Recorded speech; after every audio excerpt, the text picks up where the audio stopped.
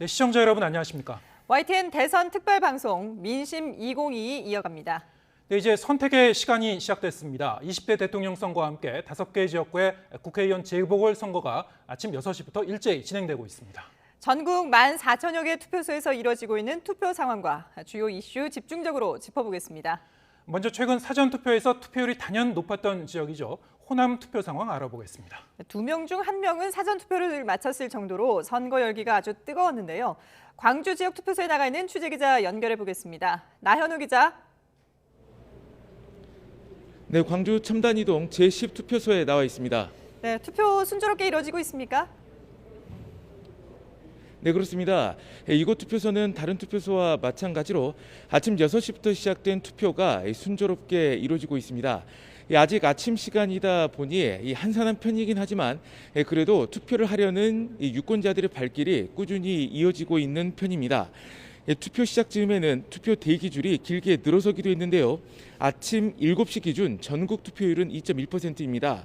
그런데 호남은 이보다는 조금 낮은 광주 1.8%, 전북 1.7%, 전남 1.4%를 기록하고 있습니다. 광주는 제가 나와 있는 투표소를 비롯해 총 367곳에서 투표가 이루어지고 있습니다. 투표소 접근성을 높이기 위해 대부분 투표소를 1층이나 승강기가 설치된 곳으로 선정했습니다. 이번 대통령 선거 광주 지역 유권자는 모두 120만 8천여 명입니다. 광주 인구가 144만여 명이니까 광주 시민 83%를 차지하는 셈입니다. 전남은 22개 시군에 862개 투표소, 전북은 14개 시군 611개 투표소에서 투표가 진행되고 있습니다. 지난 사전투표에서는 호남 지역, 그러니까 광주와 전남, 전북 투표율이 다른 지역보다 높았습니다. 전국 사전투표율이 36.9%로 나타났는데요. 그에 비해 전남은 51.4%로 유례를 찾아볼 수 없을 만큼 높은 투표율을 기록했습니다. 전북도 48.6%로 투표율이 아주 높았고요. 광주는 48.3%로 전국 광역시 가운데 가장 높은 투표율을 나타냈습니다. 사전투표율 1, 2, 3위를 모두 호남에서 차지했는데요. 호남 유권자 2명 가운데 1명꼴인 높은 사전투표율이 높은 최종 투표율로 이어질지도 관심입니다. 지금까지 광주 첨단 이동 제10 투표소에서 YTN 나연호입니다. 네, 이번에는 부산으로 가보겠습니다. 292만 명이 넘는 유권자가 있는 곳인데요. 지난 5일과 6일 사전투표에서는 전국 평균보다 낮은 투표율이 나왔습니다. 취재기자 연결합니다. 김종우 기자. 네, 부암일동 제4투표소에 나와 있습니다. 네, 지금 투표가 시작된 지 2시간 가까이 지났는데 투표소 분위기 어떻습니까? 네, 일찍부터 소중한 한 표를 행사하러 나오는 시민이 적지 않습니다. 투표 개시 시각인 새벽 6시에는 한꺼번에 많은 유권자가 몰리면서 투표소 앞에 긴 줄이 생기기도 했지만 지금은 붐비지는 않는 모습입니다. 이곳을 포함해서 부산 지역 918개 투표소에서는 지금까지 순조롭게 투표가 진행되고 있습니다. 오전 7시 기준으로 집계된 부산 지역 투표율은 전국 평균보다 낮은 2.0%입니다. 지난 19대 대선 같은 시간대 2.6%보다도 낮게 나왔습니다. 앞서 부산에서는 전체 유권자 292만여 명 가운데 34.25%인 100만 명가량이 사전투표에 참가했습니다. 이것도 전국 평균보다 2.73%포인트 낮은 거로 집계됐습니다. 역대 선거에서 부산 지역 투표율을 잠시 보면 지난 2020년 21대 국회의원 선거 때는 67.7%로 전국 평균보다 1.5%포인트 높았지만 2017년 19대 대선에서는 76.7%로 전국 평균보다 0.5%포인트 낮았습니다. 앞선 대선에서 더불어민주당 문재인 후보는 전국 평균 득표율보다 낮은 38.71%를 부산에서 기록했습니다. 정의당 심상정 후보도 전국 평균 득표율은 6%대였는데 부산에서는 4%대에 그쳤습니다. 반면 국민의힘의 전신인 자유한국당 홍준표 후보는 전국 평균보다 7.95%포인트 높은 31.98%를 부산에서 기록했습니다. 지난 2020년 21대 국회의원 선거에서는 부산 지역 18개 의석 가운데 15곳을 국민의힘의 전신인 미래통합당이 3석을 더불어민주당이 차지했습니다. 대체로 국민의힘 지지도가 높은 부산 등 영남권에서 민주당 후보가 얼마나 선전하는지도 이번 선거 결과를 가름할 중요한 잣대 가운데 하나로 꼽힙니다. 지금까지 부산 부암일동 제4투표소에서 YTN 김종호입니다. 네, 여야 대선 후보들은 마지막 유세까지 온 힘을 다해 국민께 한 표를 호소했고 이제는 유권자의 최종 선택 결과를 기다리고 있습니다. 청와대가 보이는 YTN 광화문 스튜디오 연결해서 이번 대선 상황 정리해 보겠습니다. 박광열 앵커 전해주시죠. 네, 광화문 현장 스튜디오에 나와 있습니다. 지금 저희 등 뒤로 이제 푸른 지붕의 청와대가 보이실 텐데 아직은 이른 오전이라서 날도 좀 쌀쌀하고 안개도 끼어 있는 상황입니다. 이처럼 오는 5월 이 청와대에 입성할 주인공 아직까지는 안개 속에 쌓여 있는 형국인데요. 네, 자세한 내용 정치부 권민석 기자와 함께 짚어보겠습니다. 네, 권 기자 어서 오세요. 네, 안녕하세요. 네, 자, 권 기자 어제 잠은 좀 잘 주무셨습니까? 어제까지 새벽에 이제 일을 한다고 예. 잠을 잘 많이 못 잤습니다. 사실 지난 몇 달 동안 이제 정치부 취재하면서 정말 좀 감회가 새로울 것 같은데 저도 좀 떨리더라고요. 저도 이런데 아마 지금 이 순간 가장 긴장이 되는 것 바로 후보들이겠죠. 지금 후보들 사전투표 때 투표도 거의 마친 걸로 알고 있는데 그럼 오늘은 어떤 일정 진행하는 겁니까? 네, 오늘은 별다른 일정 없이 대부분 자택에 머무는데요. 민주당 이재명, 국민의힘 윤석열 후보는 오늘 공식 일정 없이 자택에 머물고 있습니다. 정의당 심상정 후보만 오늘 오전 9시 반에 남양주 마석 모란공원에서 고 노회찬 전 의원 묘소를 참배할 예정입니다.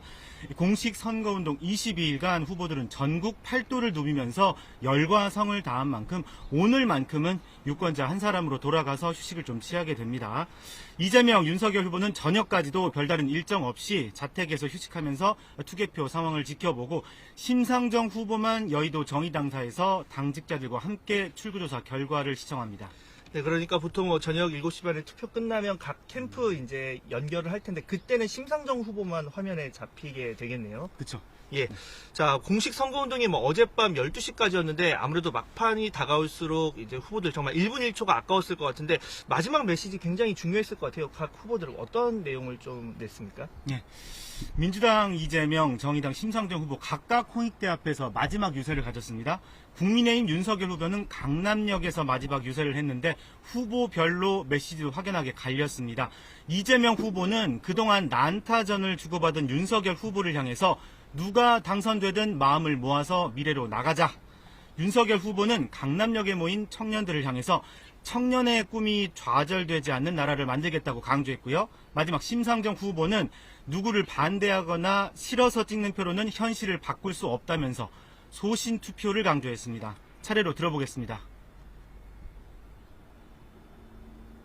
흔쾌히 인정하고 그때부터 새로 당선되는 이 나라의 리더와 함께 서로 차이를 넘어서서 같은 것들을 더 많이 들여다보고 우리가 똑같은 대한민국의 국민이라는 생각을 가지고 합심하고 통합해서 우리 미래로 나아가면 좋겠습니다, 여러분. 여러분이 우리 나라의 미래입니다.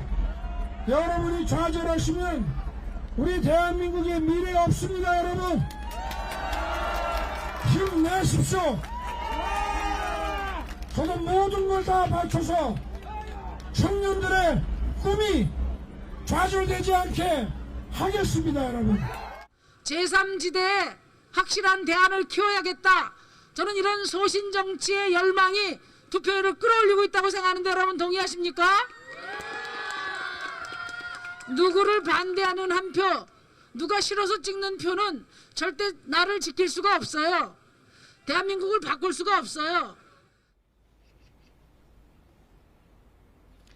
네, 방금 각 후보들의 발언을 좀 요약해보면, 그러니까 이재명 후보는 통합, 그리고 윤석열 후보는 청년과 미래, 그리고 심상정 후보는 소신투표 강조했다, 이렇게 볼 수가 있을 것 같은데, 자, 이번엔 여야의 대선 전략도 다시 한번 짚어보는 시간을 갖도록 하겠습니다. 먼저, 이재명 후보, 좀 어떤 전략으로 이번 대선에 임했습니까? 네. 쉽게 말하면 개인기, 한마디로 요약하면 인물론입니다. 성남시장, 경기지사를 거치면서 축적된 행정 경험과 정책 역량을 바탕으로 위기에 강한 준비된 경제 대통령을 자임해왔습니다. 대표격인 기본 시리즈 공약에 더해서 소확행 공약, 심지어 전국 226개 기초 지자체 공약까지 발표할 만큼 정책 디테일에서만큼은 강점을 보였습니다. 또 코로나19 손실보상과 부동산 정책에서는 현 정부와 완전히 색깔을 달리하면서 차별화 행보를 이어가기도 했습니다. 50조 규모의 긴급 재정명령 또는 추경, 신용 대사면 등을 망라한 과감한 금융정책, 이를 통해서 국민의 피해를 완전히 해소하겠습니다. 네, 그렇다면 이제 국민의힘 윤석열 후보 측의 전략도 다시 한번 짚어볼까요? 네, 한마디로 정권 교체론입니다. 코로나 방역과 민생 경제 위기, 남북관계 경색 등 현 정부의 실책을 반복적으로 부각하면서 반드시 이번에 정권을 바꿔야 한다, 이렇게 목소리를 높였습니다. 윤 후보는 유세 기간 내내 정부 여당을 향해서 거침없는 비판을 쏟아냈는데요. 아슬아슬했습니다. 정부가 부동산 정책으로 집 있는 사람과 없는 사람을 갈라쳤다. 철진한 운동권 이념에 사로잡힌 민주당 586 세력이 나라 망쳤다는 등 줄곧 날을 세워왔습니다. 자기 집 소유하게 되면 보수화돼서 민주당 안 찍는다고 이렇게 집값 올린 거 아닙니까? 그래서 세금도 올라가고 보험료도 올라가고. 네, 이렇게 거대 양당 후보들의 전략을 짚어봤고요. 자, 정의당 심상정 후보 전략도 좀 보겠습니다. 아무래도 좀 거대 양당 두 후보와는 좀 차이를 뒀을 것 같은데 어떤 부분에 역점을 뒀습니까? 네, 역시 한마디로 양당 독점 타파론, 이렇게 요약할 수 있을 것 같습니다. 국민의당 안철수 대표가 윤석열 후보와 단일화하면서 삼지대 후보는 자신만 남았다. 그래서 수십 년 교대만 거듭해온 양당 정치를 깨려면 진보 후보에게 소신 투표해야 한다고 마지막까지 호소했습니다. 오만하고 부패한 양당 정치, 이 극단적인 비호감 정치 이번 대선으로 끝내자. 제3지대 정권 교체에 교두보를 마련해 주자. 네. 자, 공 기자. 지난 3일부터 이제 여론조사 결과는 인용을 하고 공표할 수 없게 됐죠, 지금. 그런데 여야 할 것 없이 지금 다양한 판세 분석이 나오고 있거든요. 그런데 여론조사 결과를 인용할 수 없다 보니까 현장 분위기가 어땠다, 후보들 표정이 어떻더라, 기세가 어떻더라, 이렇게 다양한 근거를 이야기하고 있는데 좀 이런 부분 맞는지를 보는 것도 굉장히 좀 아주 이번 대선의 재미가 될 것 같아요. 판세 분석 좀 정리를 해주신다면요. 예상 지지율 격차만 조금 다를 뿐이고 여야 모두 승리를 자신하고 있습니다. 일단 민주당은 1에서 3%포인트 차 신승을 예상하고 있습니다. 호남의 압도적 우위와 영남 지역 선전, 결정적으로 수도권에서 판세를 뒤집어서 역전이 가능하다는 분석입니다. 특히 2030 여성 민심이 결집하고 있고 인천, 경기에선 우세한 만큼 서울만 뒤집으면 이긴다, 이런 전략입니다. 예. 반면 국민의힘은 10%포인트 이상 압승을 기대하고 있습니다. 수도권은 물론이고 충청, 영남 등 사실상 호남을 뺀 거의 모든 지역에서 윤 후보가 우위에 있는 것으로 분석하고 있습니다. 열세 지역인 호남에서마저 득표율을 30%로 이 목표치로 둘 만큼 승리를 낙관하는 자신감도 엿보입니다. 둘 중에 한쪽 전망은 오늘 반드시 빗나가게 되고 그동안 여론조사 추이도 대선 결과와 얼마나 들어맞는지 비교해보는 것도 관전 포인트가 될 것 같습니다. 네. 이런 가운데 초유의 코로나 대선이라서 확진자 사전투표에서 한 차례 홍역을 치렀는데요. 이번엔 제가 물어보겠습니다. 오늘은 상황이 괜찮을까요? 네.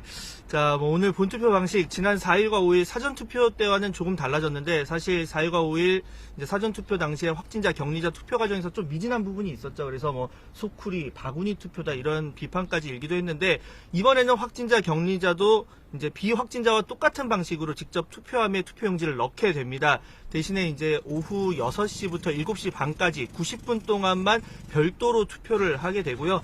당연히 이동할 때 대중교통 이용은 금지가 되고 걸어서 또는 본인 차량 이용하거나 이동 안 된다면 방역 택시 등을 부르는 방안 등이 있을 수가 있겠고요. 당연히 이제 신분증 필요하고 거기에 보건소에서 보낸 외출 문자, 그러니까 낮 12시나 오후 4시에 일괄 발송이 되거든요. 만약 이게 없다면 확진이나 격리해야 한다고 알려 문자를 보여줘도 무방합니다. 즉 신분증과 함께 반드시 휴대전화를 지참해야 한다는 점 명심을 하셔야겠고요. 자, 문제는 확진자 추이인데 사실 뭐 지난 4일부터 어제까지 최근 5일 동안 발표된 뭐 확진자 수만 117만 명이 넘겼고 또 오늘 발표된 것도 30만 넘지 않았습니까? 그만큼 지금 확진자, 격리자 많은 상황인데요. 오늘 투표소 이 1시간 반 동안 과연 이 많은 분들이 얼마나 몰릴지 예상이 쉽지 않은 상황입니다. 일단 선관위에서는 인력 그리고 기표소 최대한 뭐 인적 물적 지원 동원하겠다고 밝히고는 있는데 증상이 있는 확진자가 야외에서 또 오래 계시면 몸 상태 안 좋아지실 수도 있고 뭐 투표를 마치고 혹시 돌아가는 사람들이랑 뭐 동선이 겹칠 수도 있는 만큼 우려도 여전히 제기되고 있는 상황입니다. 네. 또 사전 투표율이 높아서 출구조사 결과 예측이 예전보다 훨씬 어려워졌다는 분석도 있는데 당선자 윤곽 언제쯤 알 수 있을까요? 보통은 오후 6시가 되면 이제 출구조사 결과가 나오면서 어느 정도 이제 가늠을 할 수가 있었는데 이번에는 코로나 확진자 그리고 격리자 투표가 1시간 반 있는 만큼 7시 반부터 이제 출구조사 발표가 되고 그만큼 개표도 늦춰집니다. 이 전국 개표소가 251곳인데 이제 각 지역 선관위에 보관 중인 사전 투표함은 본투표 마감 시간이 저녁 7시 반쯤에 이제 개표소로 옮겨지게 되고 본투표함은 그보다 좀 더 늦게 열릴 것으로 보이는 만큼 아마 본격적으로 이제 개표가 시작이 되는 건 저녁 8시쯤으로 선관위가 전망을 하고 있습니다. 이 비슷한 접전 양상이었던 지난 2012년 대선에서는 오후 6시에 투표가 마감됐고 3시간 정도 지난 한 오후 9시쯤 좀 당선 유력하다 뭐 이런 발표가 뜨긴 했는데요. 이번 대선은 워낙 뭐 접전이다, 박빙이다 이런 얘기가 나오는 만큼 개표가 순조롭게 진행이 되더라도 아마 내일 새벽 1시쯤은 돼야 당선자 윤곽을 알 수 있지 않을까 이렇게 선관위는 전망을 하고 있는 상황입니다. 자, 지금까지 청와대가 뒤로 보이는 광화문 현장 스튜디오에서 권민석 기자와 함께 대선 관련 내용 짚어봤고요. 저희는 2시간쯤 뒤 다시 인사를 드리겠습니다. 상암동 스튜디오 나와주세요. 네, 이 시각 현재 전국에서 투표가 원활하게 진행되고 있습니다. 네, 이 시각 전국 투표율 살펴보겠습니다. 네, 현재까지 집계된 투표율입니다. 오전 8시 현재 전국 투표율이 5%를 기록하고 있습니다. 과거 대선과 마찬가지로 오전에 저희가 전해드리는 투표율은 사전 투표율은 반영되지 않은 투표율이라는 점을 참고하시기 바랍니다. 권역별 투표율 살펴보겠습니다. 수도권이 5.2%, 충청권 5%, 경남 5%, 경북권 5.3%, 호남권은 3.8%, 강원 제주권이 4.8%의 투표율을 기록하고 있습니다. 네, 권역별 투표율 좀 더 자세히 살펴보겠습니다. 먼저 수도권 투표율인데요. 서울이 5%, 경기가 5.4%, 인천이 4.9%로 전국 평균과 비슷한 수준을 보이고 있습니다. 네, 충청권 투표율입니다. 오전 8시 기준으로 대전이 5.4%, 충남이 4.9%, 충북 4.9%, 세종이 4.3%의 투표율을 기록하고 있습니다. 다음은 경남권입니다. 부산이 4.8%, 울산이 5.1%, 경남이 5.2%를 기록하고 있습니다. 네, 경북권 투표율 보겠습니다. 대구가 6.1%의 투표율을 기록하고 있고 경북은 4.5%를 기록하고 있습니다.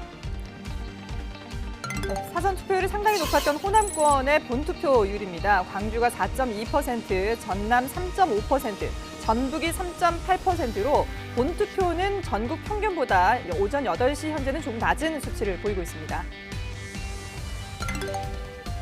네, 다음은 강원 제주권의 투표율입니다. 시각 현재 강원 지역은 4.6%의 투표율을 기록하고 있고 제주는 5.4%를 기록하고 있습니다.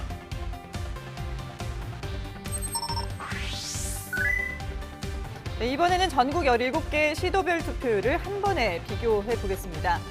이 시각 최고 투표율은 대구입니다. 지금 6.1%의 투표율로 전국 평균보다 상당히 높은 투표율을 보이고 있고요. 그리고 최저 투표율은 전남입니다. 3.5%를 기록 중입니다. 네, 이번에는 17개 시도의 투표 온도를 지도로 시각화해 봤습니다.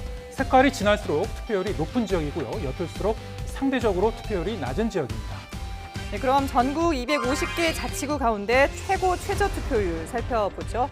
최고 투표율은 앞서 말씀드린 것처럼 대구 지역인데요. 대구 달서입니다. 7.4%로 상당히 높은 투표율 보이고 있고요. 그리고 경기 의왕, 경기 성남 분당이 그 뒤를 잇고 있습니다. 그리고 최저 투표율은 전남 곡성이 2.2%, 전남 장성, 전북 진안 역시 2.2%로 현재 전국 투표율보다 상당히 낮은 최저 투표율을 보이고 있습니다. 네, 시각 현재 투표율이 최근 치러진 역대 선거의 투표율의 같은 시간대와 비교하면 어떤지 살펴보겠습니다. 2017년 대선의 이 시각 현재 투표율은 5.6%였고요. 2018년 지방선거는 4.6%, 2020년 총선 때는 5.1%였습니다. 이번 2022년 대선 이 시각 현재 8시 기준 투표율은 5%를 기록하고 있습니다.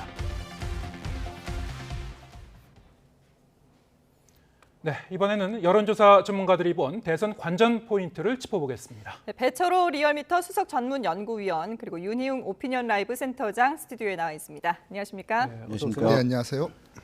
네, 20대 대통령 선거, 뭐 역대급 비호감 선거라는 그 얘기도 나왔습니다만 끝까지 혼전을 거듭하면서 유권자들의 관심이 또 어느 때보다 좀 뜨거운 그런 분위기도 읽을 수 있습니다. 뭐 여러 가지 이슈가 이제 마지막까지 이제 불거졌는데요. 이번 대선의 전체 과정을 이제 전반적으로 보면은 가장 큰 특징이 뭐라고 좀 보시는지 좀 차이로 한번 말씀해 주시죠. 말씀하셨던 대로 정책과 비전이 실종된 역대급 비호감 선거인데 이걸 다른 말로 정리하자면 가파른 진영 정치가 극도로 표출된 진영 정치의 어떤 끝판, 진영 정치의 적나라함이 보여준 선거다. 그렇게 네. 좀 정리하고 싶습니다. 윤 센터장님은 어떻게 보세요? 예, 이제 이런 관점에서 보자면 이제 이번 대선의 특징은 전통적인 세대 구도가 깨지고 새로운 이제 구도로 치러지는 선거라고 얘기할 수 있을 것 같습니다. 네. 그러니까 과거에는 여론을 우리가 분석하고 후보들에 대한 또는 각 정당에 대한 지지를 판단할 때 뭐 2040 세대의 진보 성향층 또는 50대의 중도 성향층 또 60대 이상의 보수 성향층 이런 것이 이제 굉장히 도식화되어서 평가를 했던 것이거든요. 그런데 이번 대선에서는 20대 등의 중심으로 한 젊은 층에서의 어쨌든 기존의 진보적 성향에서 다른 기류로 좀 변화되는 흐름들을 명확하게 보여준 측면이 있었고 예. 다른 연령대에서도 이것이 이제 과거에 비해서는 좀 완화된 측면들을 확인할 수 있었거든요. 그런 면에서 굉장히 중요하게 앞으로의 여러 가지 이제 정치 쟁점들 정치 사안들을 분석할 때도 새롭게 변화되는 이제 세대 구도의 흐름들이 이제 과거와 달라진 것이 굉장히 이제 중요하고 이번에 어쨌든 그것이 매우 이제 뚜렷하게 나타났다는 것이고요. 네. 또 한 가지는 어쨌든 젊은 층에서 과거 지난번 대선에서 약간 그런 조짐은 있었습니다만은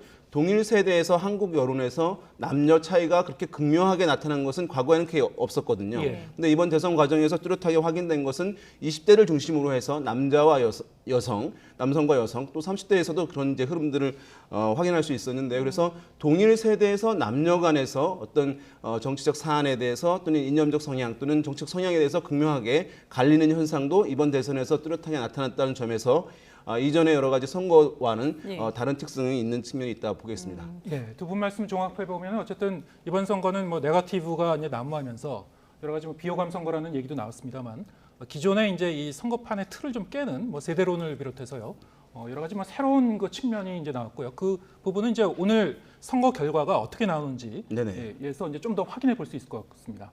또 한편으로는 이제 이번 대선의 이제 양강 후보 두 사람을 전부 다 보면은 어떤 전통적인 그 여의도 정치에 몸담아온 그 후보가 아니었어요.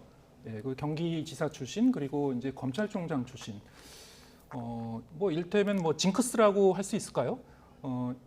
이런 그 뭐 서울법대 필패론도 있었다고 하고요. 또 경기지사 출신은 대선에서 이기지 못한다. 뭐 이런 그 속설도 있었다고 하는데요. 어쨌든 누가 당선이 되든 이 징크스 둘 중에 하나는 깨지게 되는 그런 그 선거가 됐습니다. 네, 맞습니다. 지금까지 이제 도전사를 보자면 서울법대 출신 법조인이라고 할 수 있는 뭐 이해창 전 후보, 이인재 후보도 이제 좀 실패를 했었고 경기지사 출신들도 뭐 손학규 그리고 또 역시 또 김문수, 남경필 이런 분들도 실패를 했는데 네. 또 하나의 징크스가 뭐냐면은 87년 이후로는 이른바 10년 주기설이라 해서 한 정당이 정권을 잡으면 10년은 갔었는데 이번 같은 경우 뭐 결과를 봐야 되겠지만은 네. 10년 주기설이 깨질 것이냐 유지될 것이냐 그것도 이번 선거를 보는 하나의 흥미로운 뭐 징크스가 어떻게 변할까 그것도 보는 예. 포인트라고 할 수 있겠죠. 여의도 정치에서 뭐 이제 검찰 출신 그다음에 총리 출신, 네. 경기지사 출신은 이제 대통령이 되기 어렵다라고 하는 것들이 이제 오랫동안 내려져 왔고, 네. 왔는데 이제 이번에 말씀하신 대로 이제 검찰 출신의 후보가 있고 경기지사 출신의 후보가 있기 때문에 뭐 이런 것들이 깨지는데, 사실 뭐 이런 것들은 법칙이라기보다는 사실 이제 그런 현상들이 있었다는 것이기 때문에 네. 어쨌든 뭐. 이것이 이제 항상 변화 가능성은 있는 것이라고 할 수 있겠고요. 예. 또 한 가지는 이제 이 두 명의 후보가 사실은 여의도 정치에서 주류 정치인이 아니었다는 점이 이제 또 하나의 특징이라고 할 수 있을 것 같습니다. 그래서 기존에 이재명 후보는 민주당에서 활동을 하긴 했습니다만은 이제 비주류 정치인이었다고 할 수 네. 있겠고, 윤석열 후보 같은 경우는 정치권 바깥에서 있었던 것이니까 이것을 이제 정치적으로 평가할 때, 분석할 때 국민들이 정치를 바라보는 시각이 상당히 이제 부정적이고 정치인에 대한 신뢰가 상당히 낮은 상황에서 네. 기존의 정치권에서 주류가 아닌 비주류였던 인물 또는 외곽에 있던 인물이 오히려 더 낫다라고 하는 국민들의 정치 불신을 이 반영되어서 나타나는 이제 일종의 현상이라고 할 수 있는 것이거든요. 네. 이것이 이제 어떻게 보면 기존 정치권에 자극을 주어서 변화를 가져오는 긍정적인 측면도 있겠습니다만은 네. 기존 정치가 계속 부정적인 시각으로 바라보면서 제 역할을 하지 못하게 하는 측면도 있기 때문에 이런 부분도 어쨌든 이번 대선에서 나타난 특징 중에 하나라고 할 수 있을 것 같습니다. 예. 두 분이 이렇게 이제 이번 대선의 특징을 짚어주셨는데 그게 아마 또 이제 이번 대선의 관전 포인트가 되지 않을까 싶습니다. 그래서 그런지 지금 후보들 오늘 0시, 그러니까 어젯밤 자정까지 마지막까지도 선거 유세를 아주 치열하게 펼쳤는데 특히 이제 더불어민주당 이재명 후보 같은 경우는 수도권에서 집중 유세를 펼쳤거든요. 특별한 이유가 있었을까요? 사실 이제 이재명 후보는 뭐 진보 정당이라고 할 수 있는 상대적으로 이제 민주당의 후보인데, 과거에 이제 서울 같은 경우는 보수 정당에 비해서 어떤 진보 정당 또는 민주당이 상당히 이제 우세를 가져왔던 지역이라고 할 수 있고, 그래서 지금 현재 서울시의 자치구청장들 대부분, 그다음에 한 곳을 제외하고 또 국회의원들도 상당 부분 이제 민주당이 보유하고 있는 상황인데, 네. 지금 이제 선거운동 기간에 보여준 여론조사 지표를 봤을 때 서울이 과거처럼 민주당 후보의 우위 지역으로 나타나지만은 않았던 것이거든요. 네. 그런데 이 지역의 유권자 수는 이제 경기 지역에 비해서 다음으로 상당히 이제 비중이 있는 그런 상황이란 말이죠. 그래서 우리가 이제 서울 등 수도권의 표심을 이제 분석을 할 때 상당히 어쨌든 이슈에 민감하고 어떤 특정 성향에 이제 완전히 기울어지지 않고 어쨌든 합리적 판단을 내린다, 이런 얘기들 이제 하긴 합니다만은 다른 지역에 비해서는 어쨌든 유동성이 있는 지역이라고 판단을 들었고, 기존에 앞섰지만 지금 뒤지고 있기 때문에 네. 또 유권자 수도 많은 측면에서 마지막에 어쨌든 서울 등 중심으로 해서 수도권에 집중할 수밖에 없는 전략을 택하지 않았나, 이렇게 분석할 수 있겠습니다. 예. 뭐 오늘 본투표 결과를 봐야 되겠습니다만 사전 투표만 본다면은 사실 수도권이 조금 투표율은 낮은 편이었잖아요. 네, 맞습니다.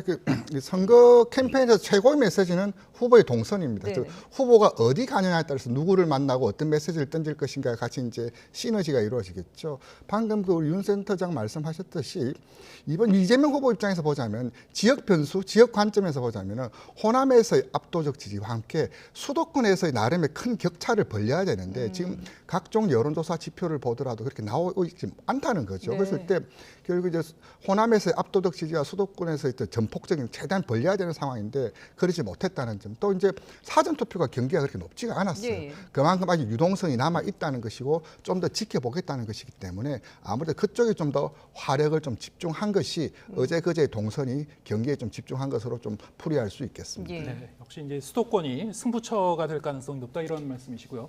윤석열 후보 같은 경우는 마지막 날 제주에서부터 이제 경부선 라인을 타고 이제 서울까지 훑고 올라오는 그런 그 유세 동선을 보였습니다.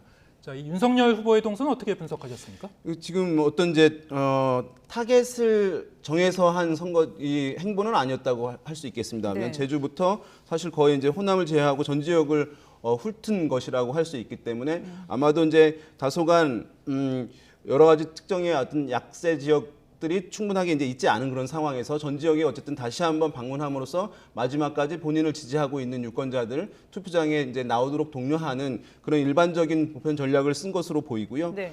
지금 그래서 이제 만약에 보게 되면 이제 부산과 대구도 사실은 방문을 하긴 했었거든요. 네. 근데 윤석열 후보 같은 경우에 보게 되면 보수 후보이긴 합니다만은 사실은 또 상대적으로 평가하자면 과거의 박근혜 후보라든가 이런 이제 보수 후보의 사실상의 지금 이제 3자 구도긴 합니다만은 사실상 이제 양자 구도라고 할 수 있는 상황인데요. 주요한 후보들만 봤을 때는. 그런데 그에 비해서 보수 후보들이 과거에 가졌던 어쨌든 PK 또는 TK 지역에서의 유권자들의 흡수율을 보자고 한다면 과거에 박근혜 후보라든가 또 이런 후보들에 비해서는 충분치 않은 측면들이 이제 지표상 확인되는 측면이 있었습니다. 그런 네. 면에서 봤을 때 이번에 어쨌든 부산 TK 지역이라든가 TK 지역까지 마지막 날에는 불구하고 방문을 했다는 것은 전통적인 지지층 중에서 투표장에 좀 더 독려하기 위한 지지율을 높이기 위한 전략도 포함되어 있는 것으로 분석이 됩니다. 예. 자, 지금 이렇게 민주당 이재명 후보 그리고 국민의힘 윤석열 후보 상당히 이제 치열한 선거전을 펼쳤는데 상대적으로 각각 취약한 영남과 호남 득표전에도 치열한 경쟁을 벌여왔습니다. 오랫동안 이어져온 지역 구도가 깨질지도 이번 대선의 주요 관전 포인트인데요. 윤현숙 기자가 정리했습니다. 새해를 부산에서 시작한 민주당 이재명 후보는 공식 선거운동 첫 일정도 부산에서 돌입했습니다. 박정희면 어떻고 김대중이면 어떻습니까? 국민에게 도움되는 것이라면 뭐든지 하겠습니다, 여러분. 고향인 안동을 기점으로 대구, 경북 등 영남권 표심 잡기에 공을 들였습니다. 이재명은 안동에 태를 묻고 안동에 물을 먹고 안동에 곡식을 먹고 자란 안동 사람입니다. 반면 국민의힘 윤석열 후보는 역대 보수 진영 어느 대선 후보보다도 호남 민심을 파고들었습니다. 정치인들이 만들어 놓은 이 편한 지역구도 이제는 우리가 미래를 위해서 깨야 될 때가 왔습니다. 목포와 광주를 오가며 김대중 전 대통령을 한껏 띄우고 민주당과 문재인 정부를 겨냥해서는 거침없이 날을 세웠습니다. 저는 국민의힘은 지금 이재명의 민주당보다 더 김대중 정신에 가깝고 이 자유민주주의와 시장경제를 추구하는 김대중 정신을 구현하려 하고 있습니다. 상대가 전통적으로 우세를 보이고 있는 지역에서 선전해야 당선 가능성이 높아진다는 판단에 따라 여야 모두 적극적으로 험지 표심 잡기에 나선 겁니다. 실제 민주당 송영길 대표는 부산과 대구에서도 30% 이상 득표율을, 국민의힘 이준석 대표는 호남 득표율 30%를 목표로 총력전을 벌여왔습니다. 실제로 여론조사 하면은 이재명 후보님이 경북 안동 출신이다 보니까 저는 TK 경북 지역에서 30% 목표로 지금 뛰고 있는 겁니다. 네네. 부울경은 40%를 넘을 거라고 봅니다. 역사에 기록될 그 호남 지역에서의 득표율 기록이라는 것은 1이 더해질 때마다 한 표가 더해질 때마다 상당한 의미가 있다는 것을 지역민들께 꼭 알려드리고 싶습니다. 실제 올해 대선은 2030을 포함해 세대별 투표 양상이 과거와는 다르고 지역 정서가 예전만큼 견고하지는 않다는 점에서 전통적 지역 구도에 균열이 생길 수도 있습니다. 하지만 최근 일부 여론조사를 보면 각 당이 제시한 목표치와는 꽤 거리가 있는 것도 사실입니다. 19대 대선에서 문재인 대통령은 대구 경북에서 20%를 간 넘겼고 18대 대선에서 박근혜 전 대통령의 광주 득표율은 겨우 7%를 웃돌았습니다. YTN 윤현숙입니다. 네, 지금 리포트 보셨습니다만 자, 이번 대선에서도 특정 지역의 특정 후보에 대한 몰표가 나올지 아니면 지역 구도에 좀 균열이 보여질지 좀 어떻게 예상하고 계십니까? 지금까지 전통적으로 우리 한국 선거 특히 대선을 설명했던 요인은 이른바 지역 균열이라고 할 수 있는 동서 투표였죠. 이제 아까 윤희용 센터장도 말씀하셨듯이 이번 대선은 이른바 세대 균열, 젠더 균열, 그 좌우 투표를 할 수 이념 균열 등 다중 균열로 가고 있는데 그중에서 가장 특징적인 것을 꼽으라고 한다면은 아무래도 지역 균열이 얼마만큼 완화될 것인가인데 네네. 특히 이제 송영길 대표도 말씀하셨듯이 뭐 영남에서의 3040 전략, 저기 이제 TK에서는 30%, PK에서는 40, TK에서는 30 나오는데 그만큼 이런 말 자체가 나오는 그 자체는 저는 굉장히 긍정적으로 봅니다. 그러니까 지역의 독과점 정치 이제 그런 것들을 좀 극복하겠다는 것인데 특징을 보면 좀 달라요. 뭐냐면은 영남에서 있던 민주당 후보 이재명 후보의 강세는 그 지역 출신이라는 것도 있지만 그 지역이 이제 4050 세대가 중심이 된 과거 이제 민주화 운동을 했던 그 세대가 좀 주도하고 있고 지역구도 해체하면서 좀 그런 측면이 있고 호남에서는 2030 특히 20대가 중심으로 해서 공정가치를 주장하면서 그 지역구도를 좀 완화시키려고 하고 있는 것인데 어쨌든 저는 이 자체는 굉장히 좀 긍정적이라고 봅니다. 이제 과거 이제 보수 정당 계열이 호남에서 두 자릿수 찍은 것이 2012년 박근혜 후보가 참으로 10.1 그렇게 어렵게 넘겼는데 네네. 이제는 20이라는 수치가 나오고 30이라는 수치도 나온다는 것은 물론 결과는 좀 다르겠지만 네. 어쨌든 그 지역의 독과점으로 잡았던 그 정당을 좀 변화시키겠다. 또 변화하게 되면 주문이 강하게 좀 배어 있는 것 같고요. 네. 그것은 마찬가지로 영남에서 있던 국힘 보수 정당도 똑같이 작용할 거라고 봅니다. 하여튼 이 자체로 저는 매우 긍정적인 시그널이다. 예, 그렇게 봅니다. 지역구도가 깨질 가능성이 높은 부분을 상당히 이제 긍정적으로 평가를 그리고 해주셨는데 이제 지역균 세대균열이 지역균열을 좀 대신하고 있고 그 와중에 이제 젠더균열이 또 일부 있지만 이 자체는 굉장히 우리가 좀 물론 이번 선거는 난타전 비호감 선거라 하지만 적어도 이 대목만큼은 좀 긍정적으로 짚을 만한 대목이 아니냐 그렇게 좀 평가하고 싶습니다. 지금 말씀하신 것처럼 이제 지역구도가 깨질 가능성이 그 어느 때보다도 높다 보니 이번에 사전투표에서 이제 호남권의 투표율이 상당히 높았잖아요. 이걸 두고도 여야가 서로 자기에게 유리하다 이렇게 해석을 하고 있더라고요. 네, 사전투표는 이제 도입이 돼서 상당 부분 이제 안착이 되고 있는 상황인데 네. 우리가 이제 보조적 투표로 인식을 처음에는 했습니다만은 네. 지금은 단순히 본 투표의 보조적 투표가 아니라 예. 사실 본 투표율이 이제 3일로 분산되어 있는 것으로 이제 일상적인 투표일 중에 하나로 받아들이는 것이 실질적으로 이제 사흘 동안 사실은- 투표가 이루어지니까. 예, 그래서 지금 이제 나오고 있는 8시 기준의 지역별 투표를 보시게 네. 되면 투표율이 높았던 사전 투표율이 높았던 지역에서는 평균치에 좀 미달하는 맞죠. 특징들을 예. 보여주고 있다는 것에서 볼 수 있듯이 사전 투표라고 하는 것은 본 투표에 투표를 하지 못하기 때문에 내가 사전 투표를 이용하는 것이 아니라 네. 본 투표일에 할 수 있음에도 불구하고 단순히 당겨서 투표하는 기류가 상당히 이제 커지고 있다는 것을 이번 지금 확인할 수 있는 것이라고 네네. 할 수 있겠습니다. 물론 이제 오늘 최종 투표율까지 확인을 해봐야겠습니다만은요. 네. 그럼에도 불구하고 어쨌든 사전 투표 이제 호남이 상당히 높았다고 하는 것은 이것은 이번에만 나타났던 것은 아니거든요. 호남이 이제 역대적으로 전체적인 투표율이 높았던 흐름의 연장선상에서 이제 있다고 할 수 있겠고 네. 중요한 것은 어쨌든 그것이 나온 이제 득표율이라고 할 수 있을 텐데 후보와에서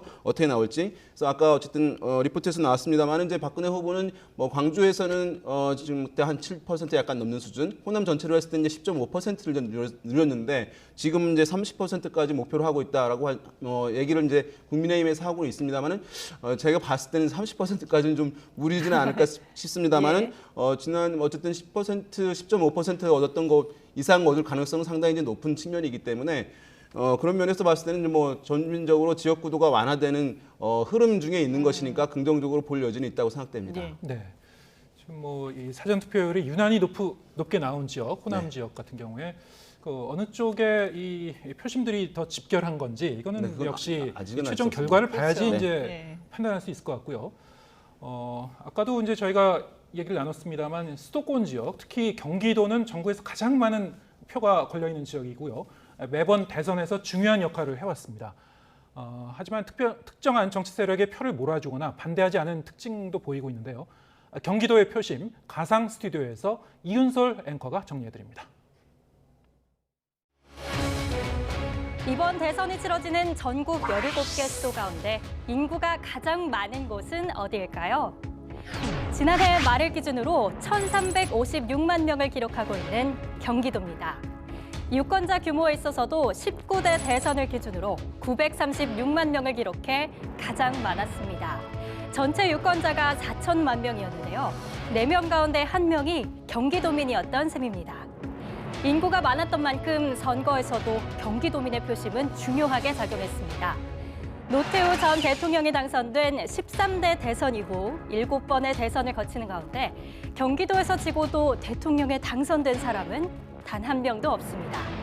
다르게 보면 경기도민들은 진보, 보수 어느 한쪽에 힘을 몰아주지 않아왔는데요. 접전으로 진행됐던 지난 18대 대선을 돌아보면 지역별로 양주, 동두천, 연천과 같은 접경 지역을 포함해 동부 지역에서는 보수 성향이 우세했고 안양, 부천, 광명처럼 서부 지역에서는 진보 성향이 강했습니다. 이번 대선에서도 경기도는 뜨거운 경쟁의 장이 될 전망입니다. 민주당 이재명 후보는 경기도 지사였던 점을 강조할 것으로 보이고 국민의힘 윤석열 후보와 다른 야권 후보들은 대장동 의혹을 부각하며 표심을 자극할 전망입니다. 과연 경기도민들은 어떤 후보에게 손을 들어줄까요? 지금까지 가상 스튜디오에서 전해드렸습니다. 네. 리포트 보셨습니다. 경기도 지역의 사전 투표율이 다른 지역보다 이렇게 높게 나오질 않았는데요. 이 수도권 표심 지금 보셨듯이 수도권에서 이기지 못하면은 이 대통령으로 당선될 확률이 상당히 낮습니다. 네. 뭐 이 얘기는 이제 수도권이 특별해서가 아니라 수도권의 유권자 수가 많기 때문입니다. 사실 이제 선거라고 하는 것은 우리가 보면 서울에선 또는 경기에서는 결과가 어떻고 네. 또 뭐 영남에서는 어떻고 호남에서는 어떻고 제주에서는 어떻고 이렇게 이제 얘기를 할 수 있겠습니다만은 네. 실제 선거라고 하는 것은 투표에 참여한 이제 유권자들, 투표자들만 가지고 그 표를 가지고 계산을 하는 것이기 때문에 전체적으로 나중엔 다 합치는 것이죠. 그래서 사실은 유권자 수가 또는 투표자 수가 가장 많은 지역이 캐스팅 보트를 질 수밖에 없는 것은 너무나 당연한 것이고 네. 그런 면에서 이제 사실은 서울과 경기 또 최근에 이제 경기가 서울보다 인구가 많아졌기 때문에 경기가 이제 더 주목을 받는 것인데요. 지금 이제 보게 되면 이제 사전 투표를 보게 되면 이제 전국이 36.93%였습니다만은 경기도가 33.65%였습니다. 그래서 보게 되면 다른 지역에 비해서 경기도의 이제 사전 투표율이 좀 낮은 측면. 그래서 이제 경기지사를 지낸 민주당의 이재명 후보 측에서는 이제 이것이 이제 어떤 의미인지 파악하는 데 상당히 분주했던 것으로 알려져 있고 그다음에 경기도에서의 어쨌든 본투표율을 높이기 위해서 막판에 아까도 말씀드렸지만 경기도를 중심으로 한 수도권에 이제 집중한 것이라고 할 수 있을 텐데요. 왜냐하면 어쨌든 이제 본인이 경기지사를 지낸 곳에서 어쨌든 프리미엄이 있던 곳인데 투표율이 낮게 된다는 것은 상당히 부정적으로 영향을 미칠 수 있는 것이기 때문에 오늘 그래서 경기도 지역의 최종 투표율이 어느 정도 수준까지 평균치까지 끌어올라올지 여부도 상당히 결과에 일정 부분 영향을 줄 수 있는 주요한 요인 중에 하나다 이렇게 볼 수 있겠습니다. 예. 경기도의 민심 정말 궁금해지는데요. 어쨌든 사전 투표는 역대 이제 최고 투표율을 보였고 지금 오늘 본 투표는 오전 6시부터 시작이 돼서 순조롭게 진행이 되고 있는데 사실 뭐 아직 2시간 반 정도 지났기 때문에 아직 투표율 자체를 놓고 뭐 논하기는 어려울 상황입니다. 근데 이제 저녁까지 뭐 확진자들 투표까지 모두 마무리되면 7시 반이 넘을 텐데 전체 투표율은 과연 그동안에 그 항상 고비가 됐던 80%를 넘을 수가 있을까요? 어떻게 전망하세요?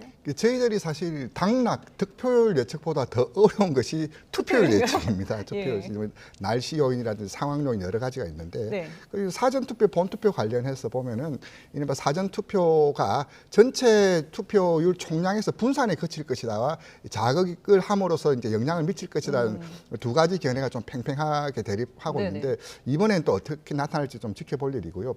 지난 그 17년 대선을 보면은 그때 사전 투표율이 26%를 넘으면서 그때 기록은 경신을 했었는데 그리고 촛불 전국에 힘입어서 80을 넘지 않을까라고 다들 전망이 그때 오전까지만 해도 굉장히 투표율이 높았었는데 결국 80을 넘지를 못했었거든요. 이제 투표율 80이라는 수치는 97년도 김대중 대통령 당선될 때 이후로는 보이지 않았고 2012년 이제 박근혜 대통령 선거, 2017년 문재인 선거 때는 뭐 75%, 77% 이렇게 올랐지만은 이제 80은 좀 이번에도 좀 넘기 어렵지 않을까라 보여지고요.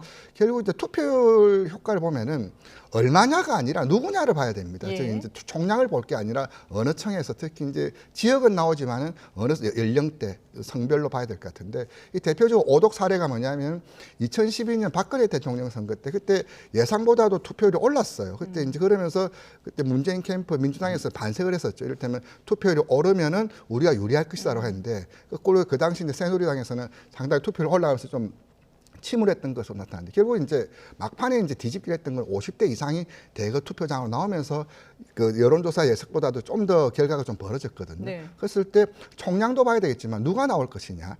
그래서 이번에 이제 다른 언론사에서도 이런 그 목적 조사라 그래서 어느 투표 세대가 어디냐, 그 투표 총량만 볼 게 아니라 연령대가 어디냐 이런 것들도 관찰하는 그런 기법을 도입한다는데 그것을 또 봐야지 실제로 예측을 하는데도 좀 한층 더 정교해지거든요.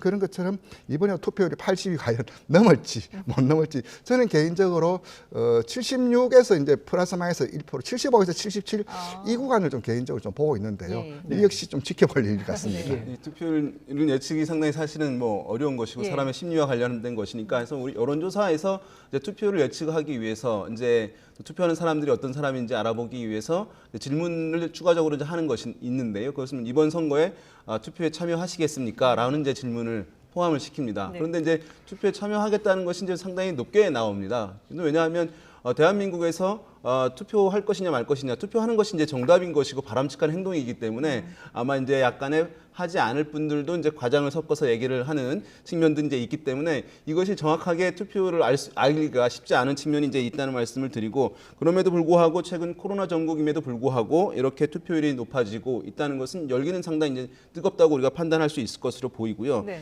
주요하게 사전 투표를 미루어서 보았을 때 36.93%의 사전 투표율이었는데, 그런데 자세히 이제 그것을 보게 되면 선관위에서 이제 발표한 자료에 따르면 남성과 여성의 사전 투표율이 좀 차이가 납니다. 그러니까 남성은 39.3%였고요. 여성은 34.6%였어요. 그러니까 4.7%포인트, 약 5%포인트가량 남성과 여성의 사전 투표율이 차이가 나는 것입니다. 네. 이것은 이제 뭐냐 하면 어쨌든 여성들이 특별하게 남성에 비해서 어떠한 사안에 민감해서 투표를 좀 덜 나왔다, 사전투표에서라고 우리가 일단은 추정해 볼 수 있는 요인이라고 할 수 있을 텐데요. 네. 물론 이제 막판에 어떤 영향을 받아서 또 다른 이제 본투표의 참여 여부에 영향을 줄 수도 있는 그런 상황이라고 할 수 있는데, 지금 이제 투표율이 지난 2017년 대선 같은 경우는 77.2%, 그러니까 77% 정도였는데 지금 이제 80%를 넘느냐 안 넘느냐 이제 이렇게 좀 논란이 있는 상황인데, 70% 후반대는 이제 분명해 보인다고 이제 생각되는데요. 네. 다만 80%를 넘긴다고 한다면 방금 전에 말씀드린 사전 투표에서 남성에 비해서 상당하게 적게 투표에 참여한 여성들이 만약에 오늘 본 투표에서 남성 수준으로 비슷하게 나오느냐. 원래는 과거 선거들 보면 남성에 비해서 여성 투표율이 높았습니다. 그런데 지금은 이제 그렇지 않은 현상이니까 오늘 본투표율에서 여성이 남성 수준에 버금갈 정도 다시 복원되느냐 여부에 따라서 80% 넘는지 여부도 결정되지 않을까 생각해 볼 수 있을 것 같습니다. 네. 이렇게 뭐 투표율을 예측하기가 이렇게 상당히 좀 어렵다고 하시지만 그럼에도 불구하고 저는 뭐 지난 대선 투표율에 비해서 한 3% 포인트 정도만 올라가면 80% 넘는 거니까요. 네, 그렇습니다. 80%를 좀 넘었으면 좋겠다 이런 기대감을 갖고 있습니다. 지금 뭐 말씀하셨다시피 이제 남녀별 사전 투표율도 좀 다르게 나타났고, 특히 또 지금 이 어느 이 연령층 혹은 어떤 이 집단의 이 투표율이 어떻게 나타나는가 상당히 중요하다고 말씀하셨는데, 전례 없이 이제 코로나19 상황 속에서 이제 치러지는 그 대선이기 때문에요.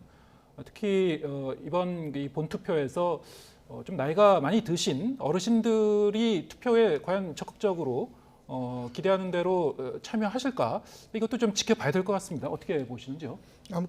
이번 어제 저희들이 이제 중앙선관위 통해서 사전 투표자들 이렇게 성별 연령별 자료를 봤었는데 60대 이상, 60대 70대에서 사전 투표를 꽤 많이 한 걸로 나타났더라고요. 60대 전체 사전 투표했던 분 1,600만 명 중에서 60, 70대가 33%를 나왔더라고요. 그만큼 많이 나왔다는 것은 코로나 일찍이 권리 행사를 하고 싶다는 그런 뭐 요구도 있었지만 코로나 확산에 따른 좀 분산하겠다는 그런 심리가 같이 좀 작용한 것으로 좀 보이고요. 결국 이제 세대별 투표율과 이제 각 후보 유불리는 서로 물릴 수밖에 없습니다. 이를테면 20대에서 강세를 보이고 있는 윤석열 후보가 결국 그층이 얼마큼 투표장에 나오고 응답했던 그대로 권리 행사 하느냐거든요. 그리고 우리가 보면 여론조사와 실제 결과를 가늠하는 데서 몇 가지 좀 변수가 있습니다. 첫 번째는 표본을 얼만큼 대표하고 있느냐, 응답이 진실하지만 결국 그 투표장에 나왔을 때 그 응답과 그 행위가 그대로 일치가 되거든요. 그랬을 때 20대에서의 투표율 변수, 특히 이제 60대 이상에서도 윤석열 후보가 좀 강세를 보이고 있는데 그 점에서 얼만큼 투표장에 나오느냐의 문제. 또 특히 이제 4050에서는 또 이재명 후보가 또 강세를 보이고 있는데 그 층에서 또 얼만큼 투표장에 나오냐. 결국 이제 투표율 어느 층에서 많이 나오냐가 이런 박빙 그 승부에서는 그 승패를 가늠하는 핵심적인 요인이다. 그 점을 다시 한번 언급하고 싶습니다. 지금 이제 지난 2018년 2020년 총선에서요. 총선에서 보게 되면 당시에 코로나에서의 위험성은 지금보다 훨씬 더 심했던 것이거든요.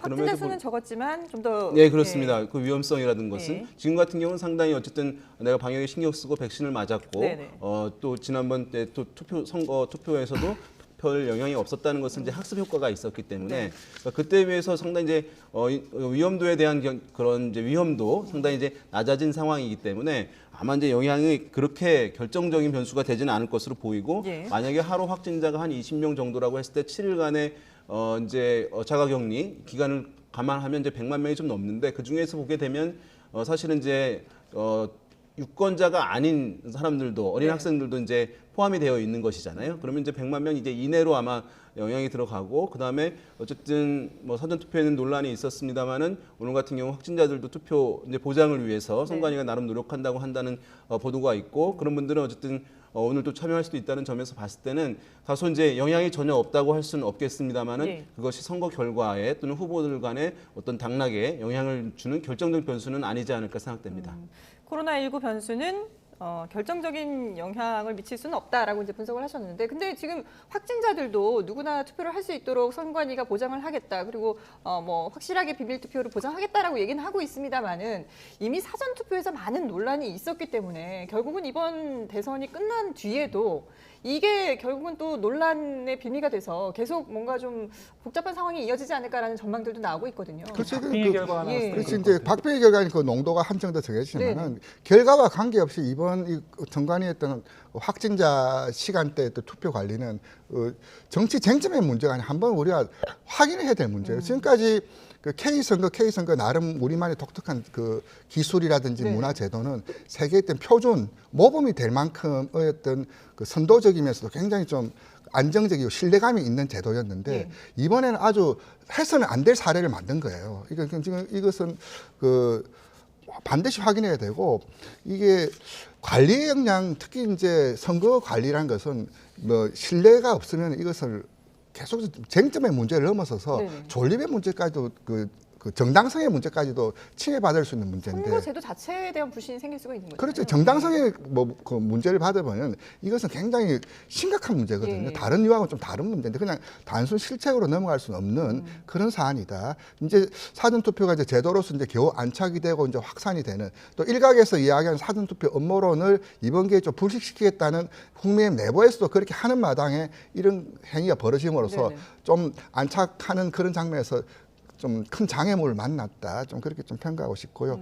이제 오늘 남은 시간이라도 어떻게 보여주는 것에 따라서 좀 신뢰 회복할 수 있는 그 정도를 좀 가늠할 수 있을 텐데, 하여튼 이 문제는 정치 쟁점의 문제가 아니라 한번 온 사회적으로 한번 반드시 찍고 확인해야 될 문제 아니냐, 좀 그렇게 좀 보여집니다. 말씀하셨다시피 이제 사전 투표 과정에서의 이제 이 부실 문제는 총체적인 어떤 관리 부실이 좀 계속 드러나고 있고요.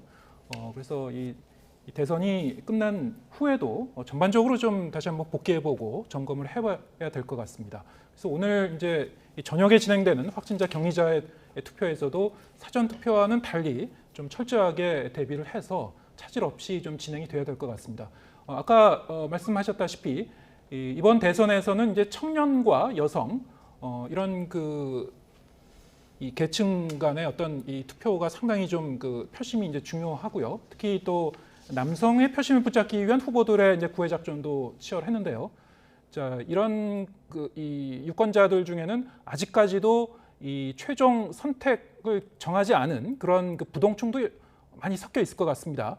자, 이 한 치 앞을 내다볼 수 있는 이 박빙 구도 속에서 자, 이들의 마음이 누구에게 향할지 주요 관전 포인트인데요. 차정윤 기자가 이 부분을 정리했습니다. 이번 대선에서는 젠더 이슈가 유독 선거판을 뜨겁게 달궜습니다. 먼저 국민의힘 윤석열 후보는 여성가족부 폐지 한 줄 공약을 내놨습니다.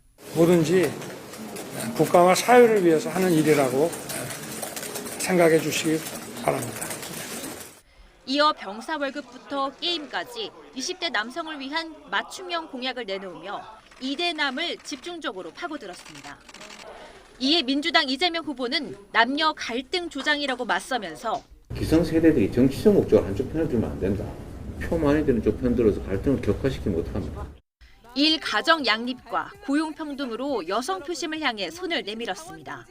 정의당 심상정 후보는 여성가족부 강화로 맞불을 놓으면서 갈라치기 정치에 쓴소리를 냈습니다.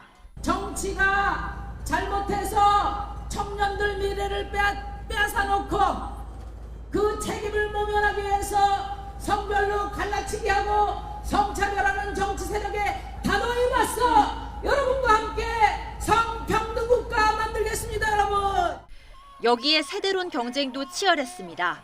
60대 이상의 2030 세대 지지를 결합해 4050 세대를 포위한다는 국민의힘의 세대 포위론에 이게 뭐 40대를 배제하는 것이냐 이런 얘기를 하는데 그게 아니라 20대, 30대와 50대, 60대 정도가 한 30년 정도의 터울을 가지고 실제로 부모와 자식 관계를 엮이는 가능성이 굉장히 높거든요. 민주당은 4050 세대를 중심으로 자녀와 부모 세대로 나아가는 세대 포용론으로 맞대응했습니다. 그럼 부모와 자녀를 싸우게 하고 봉양하는 어르신과의 틈을 날라서 이걸 포위한다 이런 표현은 저는 대통령 후보의 격이 맞지 않는 언어라고 보여지고 이제 남은 건 여야 후보들이 공들여온 남성과 여성, 각 세대의 표심이 누구에게 향하느냐입니다. 하지만 역설적이게도 누가 당선되더라도 세대와 성별 갈등 해소는 차기 대통령 앞에 놓인 우선 과제가 됐습니다. YTN 차정은입니다. 네, 세대별, 성별 민심이 과연 어떻게 나타날지 상당히 이제 관심인데 앞서서 뭐 기존의 그 선거와는 다르게 세대별 표심이 조금 바뀌었다, 양상이 바뀌었다라는 분석도 확인하셨습니다만은 전반적으로 이번 투표 대선에 대해서 어떤 결과가 나올 거라고 예상하세요? 그러니까 젊은 층을 중심으로 좀 말씀을 드리게 되면 우리가 기존에 이제 젊은 층을 얘기할 때, 뭐 20대 얘기할 때, 20대는 진보 성향층 이렇게 이제 얘기를 많이 했잖아요. 네네. 그런데 사실은 이제 지금의 20대들은 과거처럼 어떤 이념적 성향에 따라서 그룹화시키는 것이 사실상 이제 어려워지는 시기로 이미 진입했다고 할 수가 있는데요.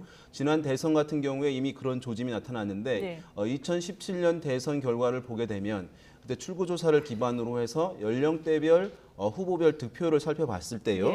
20대에서 어떤 현상이 나타났냐 하면 당시에 당선된 문재인 후보가 20대에서 가장 많은 득표를 보이긴 했습니다마는 함께 후보로 나왔던 인물들 그러니까 안철수 후보, 유승민 후보, 심상정 후보 모두 20대에서 10% 이상의 득표를 했습니다. 홍준표 후보도 10%에 가까운 8몇 %의 득표율을 보였었거든요. 이것은 10% 이상의 10%를 넘는 득표를 한다는 것은 상당히 의미 있는 것이거든요. 그러니까 20대에서는 이미 어떤 진보 성향이다 또는 뭐 보수하다 이런 것이 아니라 이미 20대는 다양성이라고 하는 개념으로 사실은 이제 앞으로의 20대들 좀 젊은 층을 바라봐야 되는 것이거든요. MZ세대 특징이라고도 할 수 있겠네요. 네, 맞습니다. 왜냐하면 어떤 것에 고정되어 있는 것이 아니기 때문에요. 그렇기 때문에 아마 지금 이제 이번 대선에서도 많이 주목받았던 것은 과거처럼 고정적이지 않고 이러한 다양성이 나타나 있었기 때문에 20대들을 이제 이렇게 주목될 수밖에 없는 현상이었다고 할 수 있겠고 그런 면에서 이제 상당히 어디에 이제 후보에게 고정적이지 않고 어떤 왔다 갔다 하는 모습도 이제 보여진 측면이 있는 것인데요. 이것이 어떤 면에서 보게 되면 뭐 기성세대의 입장에서는 이해하기 어렵다라고 부정적으로 얘기할 수 있겠습니다만은 이렇게 유동성을 갖는 것은 유권자의 가치를 높이는 것이거든요.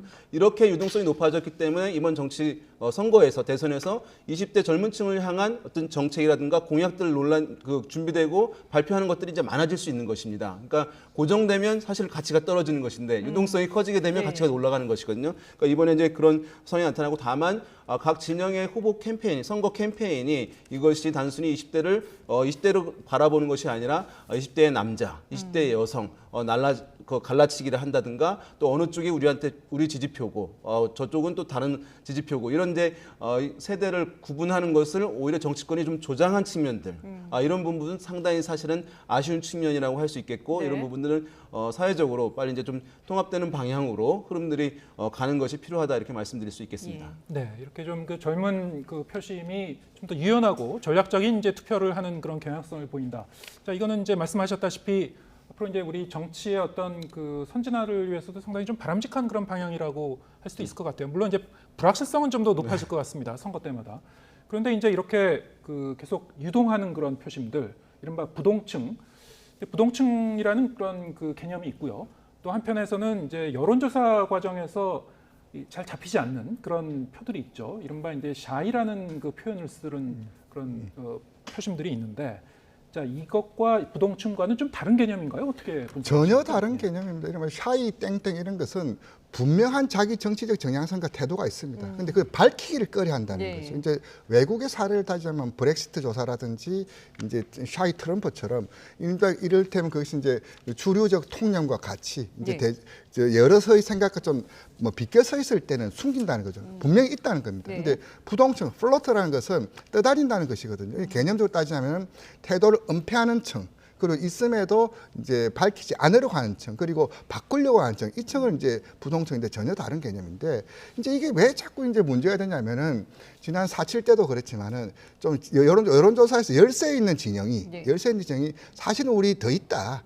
돼 있는데 지금은 이제 뭐 선뜻 응답을 안 할 뿐이다. 그래서 샤이 땡땡 샤이 땡땡을 붙이는데 실제로 뭐 샤이가 있는 경우도 없는 경우도 있습니다. 그래서 이제 상황 따라 다를 문제지 그것이 어떠한 패턴이다 어떠하다라고 할 수는 없는 거고요. 이제 특징은 이제 그런 것처럼 이제 좀 열세에 있는 후보 진영이 자기 지지층들 무마용으로 이제 만드는 던지는 이야기인데 이번 선거에서 보자면 저는 샤이 허경영은 있을 수 있어도 샤이 이재명, 샤이 윤석열은 없다. 예. 이미 그 가파른 양진영에서 서로가 총 직결할 마당에 우리가 있는데 꺼려서 약해. 예. 이런 것은 좀 저도 선뜻 동의하기는 좀 힘들 것 같습니다. 막바지로 가면서 나타난 그 여론조사 결과에는 샤이 표심은 거의 없을 것이다. 없다라고 이렇게 봅니다. 보시는 거군요. 네. 이게 이제 샤이 얘기를 많이 하는데요. 사실은 이제 만약에 샤이 현상이 있다라고 하는 것은 어떤 것의 결과로서 나타난 것이거든요. 네. 그럼 사실은 그것을 의미 있게 받아들이는 것이 중요하다고 할 수 있어요. 근데 이것이 지금 한국 정치 언젠가부터 뭐 샤이 진보 또는 샤이 보수 이 얘기를 이제 많이 해오고 있습니다. 네. 선거가 아닐 때도 많이 쓰이고 있거든요. 이것이 이제 과도하게 사용되면 상당히 문제가 있는데요. 만약에 선거가 끝난 다음에 어떤 결과가 예상한 것과 달랐을 때 어떤 이런 사회적 특징이 있지 않았냐라고 뭐 분석하는 차원에서 얘기할 수는 있는데 상시적으로 이 샤이를 얘기하면 정치의 메커니즘 자체가 깨져버리는 문제가 발생합니다. 왜냐하면 어느 정권에서 지지 조사 여론조사를 했는데 상당히 지지가 이제 낮게 나왔어요. 또는 어떤 사안에 대해서 또 뭐 이제 찬성이 상당히 낮게 나왔어요. 그런데 그것을 받아들였을 때 이것은 우리 샤이 지지층들이 응답을 제대로 안 해서 낮게 나온 거고 잘못된 거고 사실은 그렇지 않습니다라고 하게 되면 이것이 이제 자극을 받거나 아니면 경각심을 갖는데 사용되지 않는 것이거든요. 네. 그러면 정치라고 하는 것이 변화가 없는 상황이고 이것은 이제 애초에 모든 사람들의 성향이 또는 네. 드러나는 뭐 목소리가 고정되어 있다는 전제하에 이런 것이 나오는 것이거든요. 사람들은 어떤 정치 집단에 대해서 정치인에 대해서 의견들이 항상 변할 수 있는 것이거든요. 예. 그러면 이런 사회 현상이 저는 이제 부정하는 편인데 네. 설사 나타난다 하더라도 결과로서 그것을 어떻게 개선할지를 얘기하는 것이 바람직하다 이런 말씀을 이제 첨언을 드리겠습니다. 예. 샤이 표심은 결과론적으로 해석할 수 있는 것이다 라고 정리해 주셨습니다. 네, 지금까지 배철호 리얼미터 수석 전문 연구위원 그리고 윤희웅 오피니언 라이브 센터장과 함께 이번 대선 전국 전망해봤습니다. 두 분 말씀 잘 들었습니다. 네.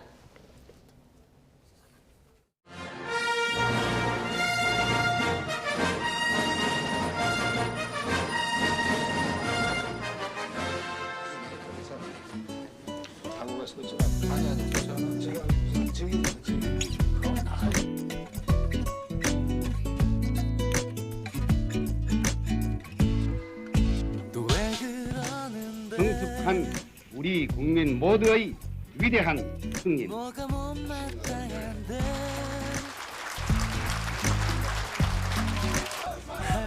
대단히 감사합니다. 건국 이래 처음으로 여야 정권 교체가 이루어졌습니다. 김대중 후보에게 정말 아주 진심으로 축하를 보냅니다. 정몽준 후보의 요구를 그냥 수용하기로 한강의 콤비가 돼서 우리나라를 한 단계 업그레이드 시킬 수 있습니다. 정몽준 대표는 민주당 노무현 후보에 대한 지지를 철회합니다.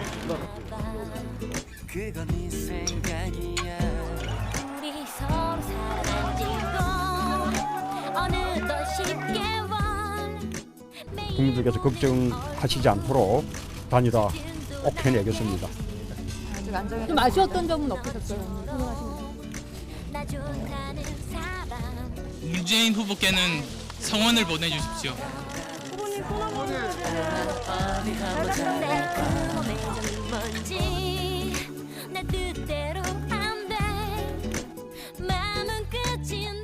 이재명 후보의 당선을 위해 다시 운동화 끈을 묶겠습니다. 저 안철수는 윤석열 후보를 지지하기로 했습니다.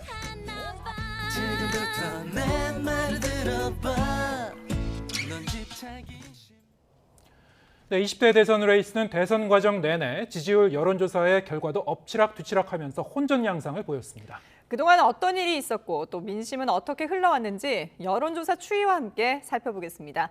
정성욱 앵커가 전해드립니다. 지난해 11월 5일 국민의힘 윤석열 후보를 끝으로 원내정당 대선 주자 대진표가 완성됐죠. 지금 보고 계신 그래프는 여론조사기관 한국갤럽이 자체 조사해온 대선 후보 지지도인데요. 시기를 조금 나눠서 보겠습니다. 11월 셋째 주부터 올해 1월 첫 주까지 더불어민주당 이재명, 정의당 심상정 후보 지지율은 크게 변동이 없었습니다. 반면 40%대를 넘겼던 윤 후보의 지지율은 12월을 거치며 새해엔 20%대로 주저앉는 모습을 보였는데요. 지금은 사퇴한 당시 국민의당 안철수 후보는 새해 첫 조사에서 두 자릿수 지지율로 상승했습니다. 당시 윤석열 후보 선대위 구성과 인재 영입 문제 등을 두고 내홍이 불거지자 일부 지지층이 안철수 전 후보로 이동한 것으로 풀이됩니다. 12월 말에는 윤 후보 배우자인 김건희 씨가 허위 경력 논란으로 대국민 사과 기자회견을 하기도 했죠. 이후 1월 초 윤 후보가 선대위 해체라는 초강수를 두며 김종인 선대위원장과 결별하고 이준석 당대표와도 재차 화해하면서 국민의힘 집안 싸움은 수습 단계로 접어듭니다. 윤 후보 지지율도 1월 둘째 주부터는 30%대를 회복한 뒤 줄곧 상승했는데요. 반면 이재명 후보는 1월 셋째 주 조사에서 지지율이 주춤하는 모습을 보이기도 했습니다. 이 기간에는 어떤 일들이 있었을까요?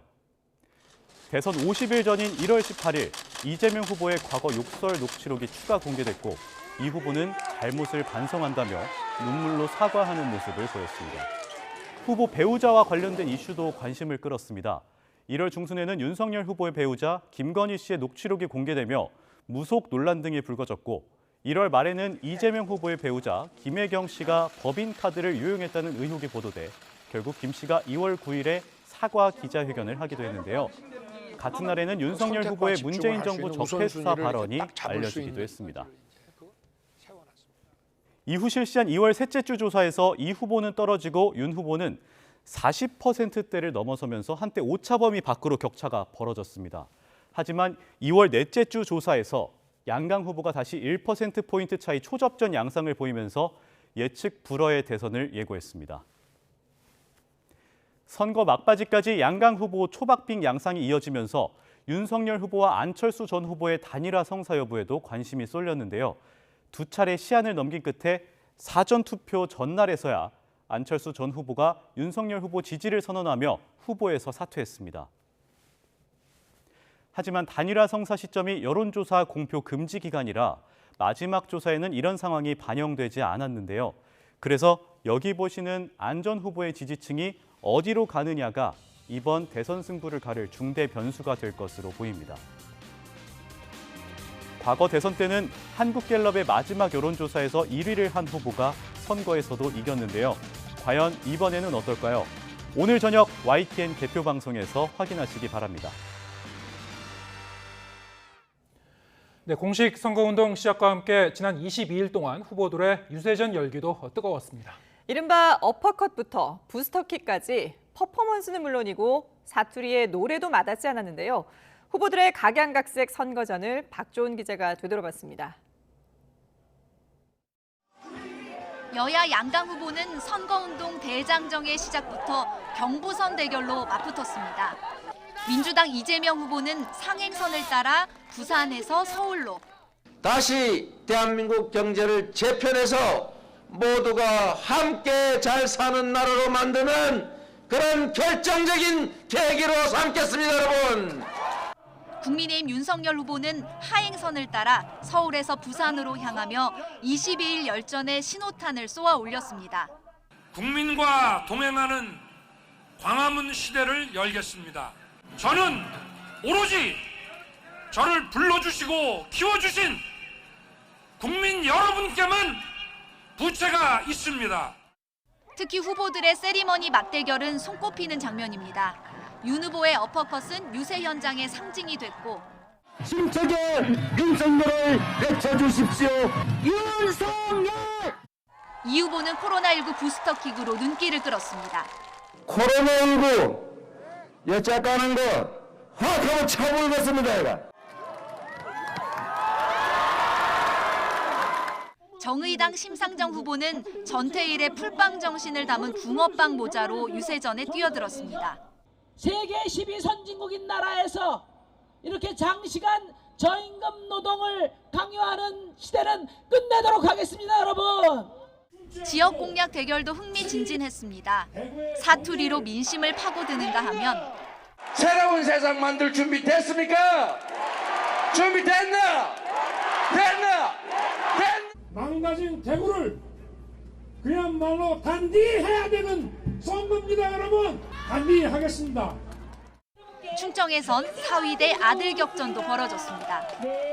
이서방 이 후보는 큰절에 노래까지 부르며 장인 장모 표심에 다가갔고 천등산 박달재를 얼가남는 어린이만. 아들 윤 후보는 충청을 뿌리로 내세우며 민심 쟁탈전을 벌였습니다. 제가 충청의 아들이고 공주의 아들 아닙니까, 여러분? 지난 22일 동안 전국을 누비며 각양각색 열띤 선거전을 벌인 후보들은 이제 민심의 선택만을 기다리고 있습니다. YTN 박조은입니다.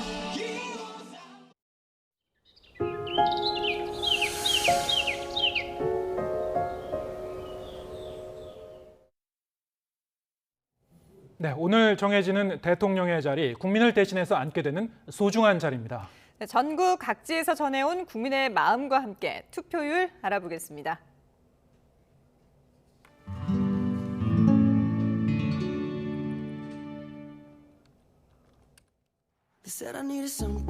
산재로 고통받는 사람들이 정당한 보상을 받는 세상이 되었으면 좋겠습니다.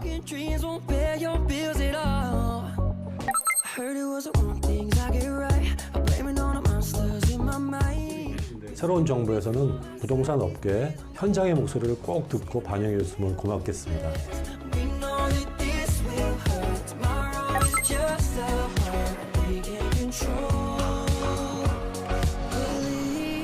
이제는 조용한 공항이 더욱 익숙해졌습니다. 많은 분들과 다시 만날 시간이 하루빨리 돌아왔으면 좋겠습니다.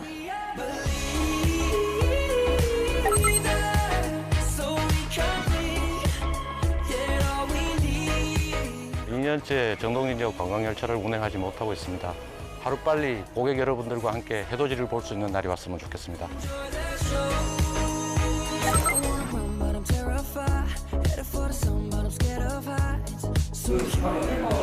대한민국 첫 우주탐사 달 궤도선을 8월에 발사할 예정입니다. 국민 여러분의 많은 성원 부탁드립니다.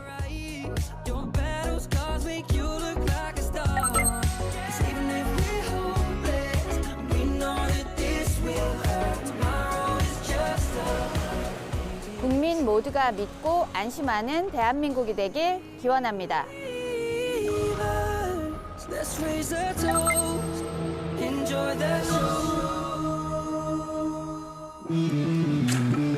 폐기물에 관한 법률이 많이 제정되고 있습니다. 정작 그 법률 때문에 저희 현장에선 발목이 잡히는 경우가 많아서요. 저희 현장에서 목소리를 많이 들어주셨으면 좋겠습니다.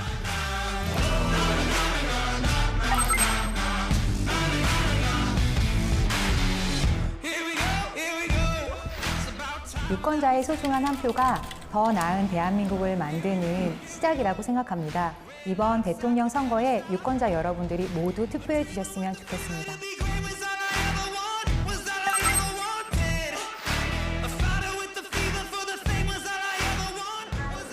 코로나 때문에 많이 힘든데 빨리 떨치고 다시 손님들로 북적이는 날이 왔으면 좋겠습니다.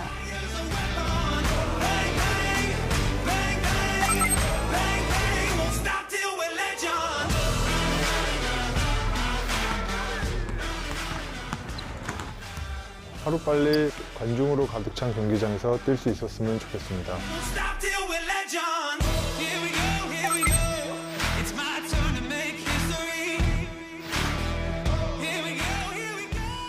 가슴이 따뜻해지는 소식을 많이 전할 수 있는 세상이 왔으면 좋겠습니다.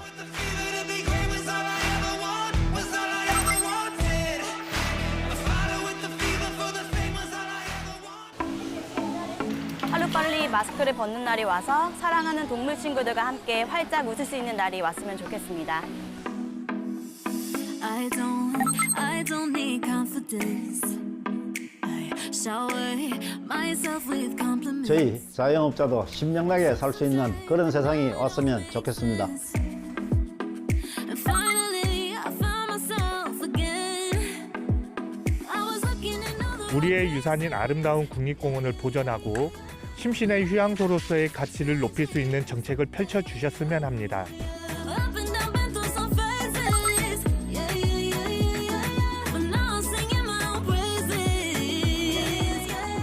어민들이 굉장히 어렵습니다. 당선되시는 대통령님께서는 어민들을 전폭적으로 지원을 많이 해줬으면 좋겠습니다.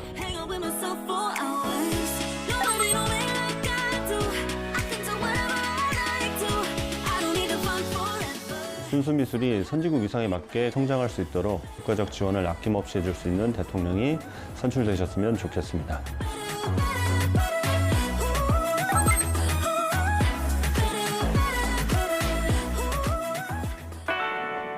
아이들이 사회 구성원으로 존중받고 마음껏 꿈을 펼칠 수 있는 대한민국이 됐으면 좋겠습니다.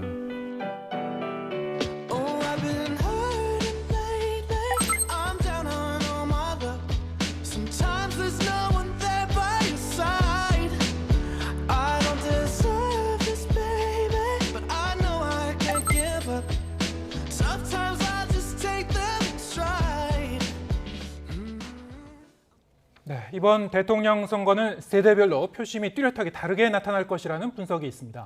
세대별로 고민이 다르다 보니 새 대통령에게 바라는 것도 제각각일 텐데요. 특정 세대 비중이 높은 지역의 투표율은 어떤지 함께 보겠습니다.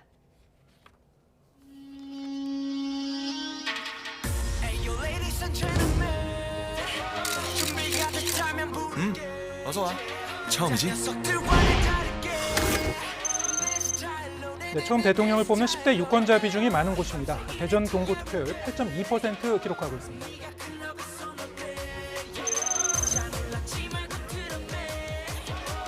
네, 오늘은 교실 밖으로 나와 투표장에 갑니다. 10대 유권자가 많은 경북 경산입니다. 이 시각 투표율은 9.6% 기록하고 있습니다.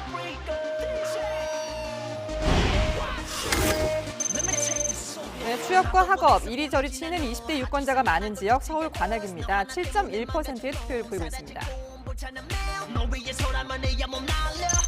네, 마치 범퍼카에 탄 것 같은 20대들, 과연 젊음이 범퍼가 되어줄까요? 20대가 많은 지역 서울 동대문 8.2%의 투표를 보이고 있습니다.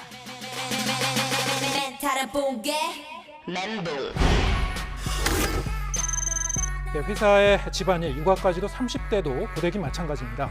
30대 많은 지역, 부산 강서 지역 투표율 8.7% 기록하고 있습니다. 네, 부쩍 바쁜 세대입니다. 특히 육아는 자신을 내려놓게 만들죠. 30대 유권자가 많은 지역, 경기 화성 투표율 9.0% 기록하고 있습니다.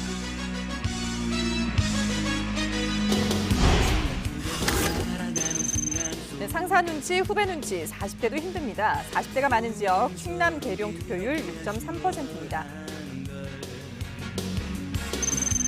이른바 낀 세대, 자칫하다 직장에서 라떼가 될 수도 있습니다. 40대가 많은 지역, 경남 거제 투표율은 8% 보이고 있습니다.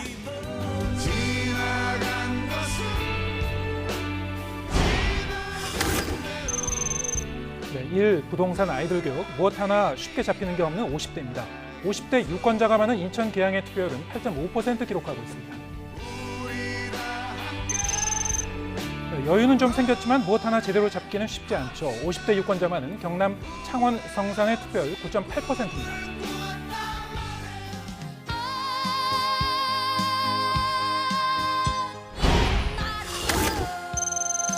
참 열심히 살았는데 이제 다시 시작입니다. 60대가 많은 경북 의성의 투표율 5.2% 보이고 있습니다. 퇴직했는데 이모작 준비하느라 힘드시죠? 60대가 많은 경북 군위 투표율 6%로 전국 평균보다 낮습니다.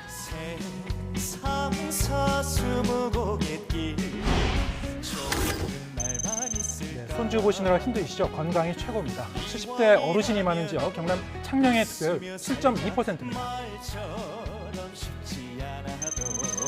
네, 역시 70대 어르신 유권자가 많은 지역입니다. 경남 산청의 투표율은 6.6%입니다.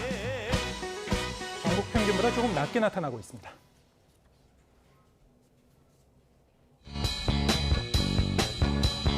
대통령 선거를 앞두고 일제히 유권자를 상대로 한 선거 유세를 시작했습니다.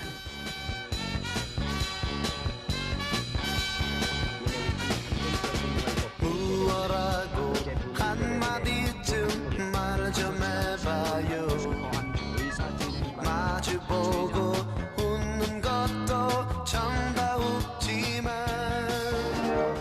관리한 보통 사람의 시대를 제창한 민정당 노태우 후보, 분정 정책을 내세운 민주당 김영삼 후보, 문민 정치를 내세운 평민당 김대중 후보. 말을 못해요.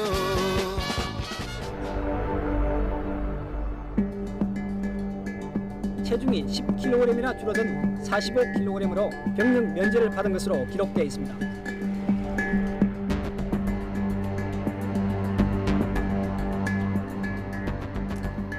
김 씨는 이를 입증할 녹음 테이프도 갖고 있다고 주장했습니다. 무슨 총풍이다, 세풍이다, 암풍이다, 병풍이다 하면서 동생이 재판받은 건 사실이지 않습니까?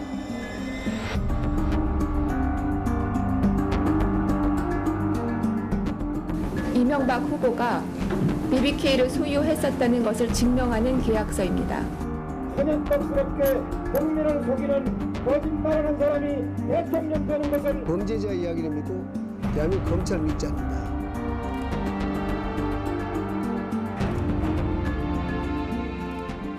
저에게 정치 자금을 댄다든지 대선을 도울 것이라든지 정치적 공세일 뿐입니다. 단호하게 우리가 사수해야 된다라는 의지를 제가 여러 번 밝혔는데도 불구하고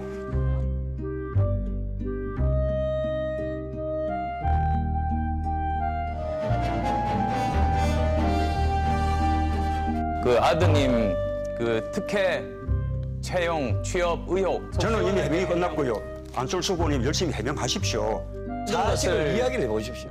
정말 국민 여러분들께 죄송하게 생각합니다.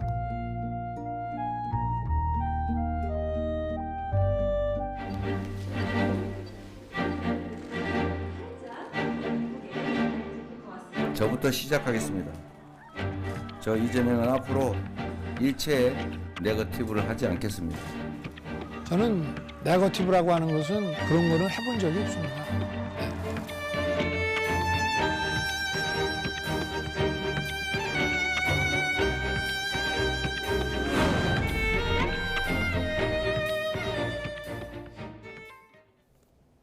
네, 이번 대선은 적지 않은 유권자들에게 더 좋은 후보가 아니라 덜 나쁜 후보를 고르는 씁쓸한 선거이기도 했습니다. 네, 후보 본인과 가족을 둘러싼 각종 의혹과 논란, 막말이 오가는 상호 비방전에 역대급 비호감 대선이라는 오명이 따라다녔습니다. 황보연 기자가 보도합니다. 정확하게 수사가 이루어지지 않고 덮었지 않습니까? 그래서 특검하지 이게 않을까요? 지난 2월 대선 기간 이어진 네거티브 공방은 마지막 TV 토론에서 거친 신경전으로 요약됐습니다. 민주당 이재명 후보의 성남시장 재직 시절 추진된 대장동 개발 사업을 둘러싼 의혹은 핵심 인물들의 녹취록과 검찰 진술 내용이 나올 때마다 아전인수식 진실 공방으로 번졌습니다. 진짜 몸통이 엉뚱한 사람 잡아놓고 적반하장, 이런 걸 후안무치라고 해요, 그죠? 얼굴이 두꺼워가지고. 근데 그렇게 두껍지는 않더라고, 색깔 변하는 거 보니까. 이 8,500억 김만배 일당 몇 사람 호주머니에 다 들어가고 없어진 걸까요? 아니면 많은 공범들이 갈라먹었을까요? 이런 사람이 이 민주당의 대통령 후보가 됐습니다. 각 당 지도부와 선대위도 가세해 상대 후보의 인격과 능력을 깎아내렸습니다. 어디 술자리에 앉아가지고 소주 맥주 폭탄주 먹을 때 막 신이 나가지고 눈이 반짝반짝이 보입니다. 그런데 우리 서민들의 경제 문제 물으면 몰라요. 몰라입니다. 소고기를 왜 그렇게 좋아합니까? 소도둑 아닙니까 여러분? 소탕 대신 소고기를 탐하다가 대통령 자리에 잃는다 소리가 우스갯소리로 등장하는 게 지금의 선거입니다.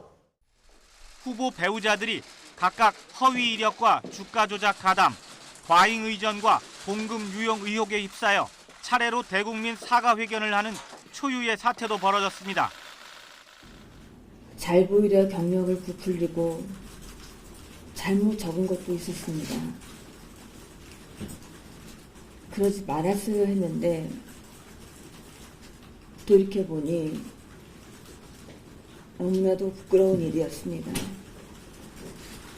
공직자의 배우자로서 모든 점에 조심해야 하고 공과 사의 구분을 분명히 해야 했는데 제가 많이 부족했습니다. 이후 양강 후보 배우자들이 사라진 선거판에서는 마지막까지 부동시와 장모 땅 투기 의혹, 대장동 추가 녹취와 문건 보따리의 주술 공방까지 난타전이 이어졌습니다. 정당성 없는 후보들이 대통령이 되면 더더욱 지금 이 사태질이 5년 내내 더 극단적인 진흙탕 정치로 치달을 겁니다, 여러분. 여야가 진흙탕에 나뒹군 20대 대선. 국민은 더 좋은 대통령보다 덜 나쁜 대통령을 고심하고 희망보다 실망을 먼저 본 씁쓸한 선거로 기억하게 됐습니다. YTN 황보현입니다. 네, 이번 대통령 선거에서 주목되는 점 가운데 하나가 거대 양당의 두 후보가 국회 경험이 전혀 없는 영선의 법조인이라는 점입니다. 전 대통령들이 대부분 국회를 거치며 정치적으로 성장해온 것과는 많이 다릅니다. 유다원 앵커가 전해드립니다. 네, 국무회의가 열리는 세종호랍 복도입니다. 역대 대통령 11명의 초상화가 걸려 있는데요. 문재인 대통령이 오는 5월 임기를 마치게 되면 모두 12명이 됩니다. 청와대에 들어오기 전 이들이 했던 일은 무엇이었을까요? 역대 대통령 가운데 법조인은 문 대통령을 포함해 2명이었습니다. 군인이 3명이었고요. 그리고 사업가와 관료가 각각 1명씩 있었습니다. 그렇다면 가장 많은 직업은 무엇일까요? 바로 정치인입니다. 물론 앞서 소개한 전 대통령들 가운데도 정치에 입문한 뒤 당선된 경우가 있었지만 일찌감치 정치에 몸을 던진 이들이 5명으로 가장 많았습니다. 정치인 출신은 물론 전직 대통령 대부분 국회 입성 경험이 있습니다. 전 대통령들의 국회의원 선수를 한눈에 보면요. 김영삼 전 대통령이 9선으로 역대 최다선 기록을 유지하고 있고요. 김대중 전 대통령이 6선으로 뒤를 잇습니다. 국회의원 경험이 없는 영선 대통령은 단 3명뿐입니다. 전체 평균 국회의원 당선 횟수는 2.5선이네요. 자, 그렇다면 이번에는 어떨까요? 네, 이번 선거 여당과 제1야당의 후보가 모두 국회의원 경험이 없는 영선의 법조인 출신입니다. 이재명 후보가 10여 년 전부터 민주당에서 정치에 발을 담그고 있었던 것과 달리 윤석열 후보는 그야말로 정치 신인이라는 점은 차이가 있습니다. 그에 반해서 오랫동안 노동운동을 해온 심상정 후보는 4선의 중견 정치인입니다. 전 대통령들이 평균 2회 이상 국회의원을 지낸 전례에 비춰보면 이번 선거는 조금 이례적인데요. 40여 년 만에 영선 대통령이 나올지 주목됩니다. 지금까지 가상청와대에서 전해드렸습니다.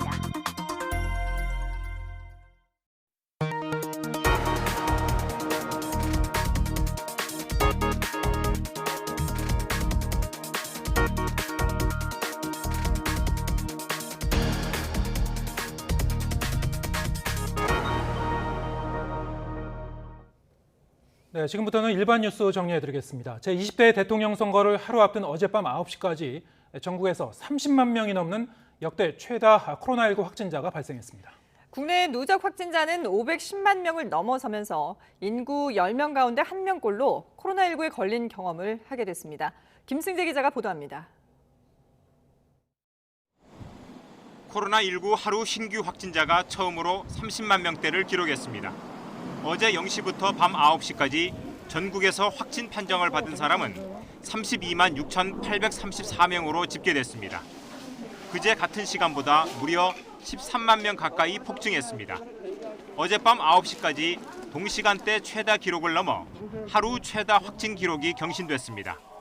대선 당일인 오늘 발표될 어제 하루 전체 신규 확진자는 35만 명 가까이 될 것으로 예상됩니다. 신규 확진자가 폭증하면서 누적 확진자 수도 519만 명대로 증가했습니다. 지난 4일 누적 확진자 400만 명을 넘은 지 나흘 만에 100만 명 넘게 추가로 감염됐습니다. 이런 가운데 오늘부터 시작해 앞으로 2주간 유행의 최정점을 지나게 될 것이라는 전문가 전망도 나왔습니다. 이대로라면 유행의 마지막 위기는 중증 환자 병상이 차는 이달 말에서 내달 초가 될 것으로 보입니다. YTN 김승재입니다. 네, 지난 4일 시작된 경북 울진 산불은 엿새째 꺼지지 않고 계속되고 있습니다.